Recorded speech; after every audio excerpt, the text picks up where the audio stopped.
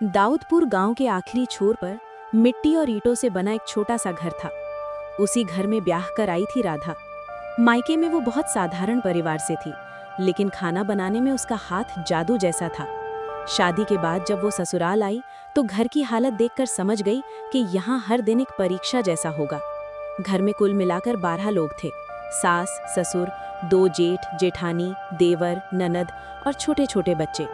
रसोई छोटी थी, बर्तन गिने चुने थे और सब्जियां भी अक्सर सीमित होती थी, लेकिन राधा ने कभी शिकायत नहीं की। अचानक आई बड़ी परीक्षा। एक रविवार की सुबह थी। राधा रोज की तरह सुबह 4 बजे उठकर आटा गूंथ रही थी कि तभी सास दौड़ती हुई आई। बहू, तेरे बड़े ताऊजी का पूरा परिवार शहर से आ रहा है, कम से कम 20 लोग होंगे। सुनते ही घर में खलबली मच गई।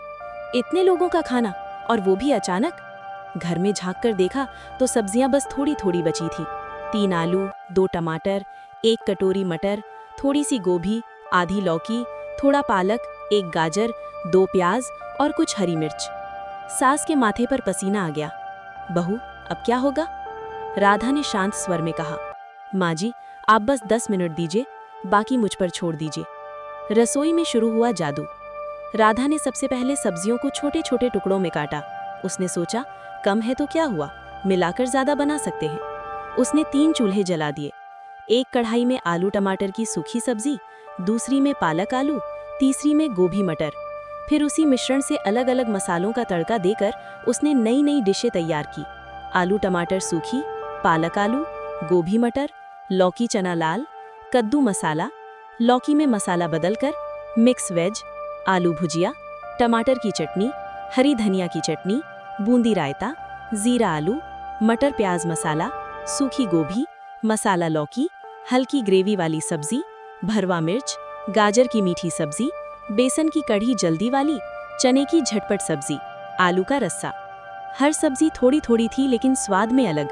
मसालों के छोटे छोटे बदलाव से उसने 20 तरह के स्वाद तैयार कर दिए। मेहमानों का स्वागत। जब मेहमान आए तो आंगन में दरी बिछी थी और थालियां सज चुकी थी।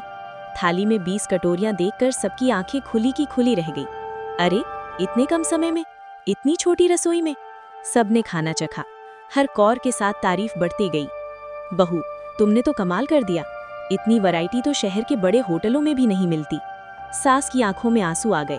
गर्व से बोली, ये मेरी बहू है, 10 मिनट में 20 तरह की सब्जी बना देती है। एक बहू का सम्मान। उस दिन के बाद राधा की पहचान सिर्फ घर तक सीमित नहीं रही, पूरे गांव में उसकी चर्चा होने लगी। लोग अपनी बहुओं को सीख देने के लिए कहते, देखो, राधा से सीखो, कम में भी ज्यादा कैसे बनाया जाता है। लेकिन राधा कभी घमंडी नहीं हुई। वो कहती, मैंने कुछ खास नहीं किया, बस जो था उसी में खुशियां मिला दी। कहानी की सीख। संसाधन कम हो तो घबराना नहीं चाहिए। अक्ल, मेहनत और प्यार हो तो छोटी सी रसोई भी महल बन जाती है। राधा ने सिखा दिया कि असली जादू हाथों में नहीं, नियत और दिल में होता है। दिल।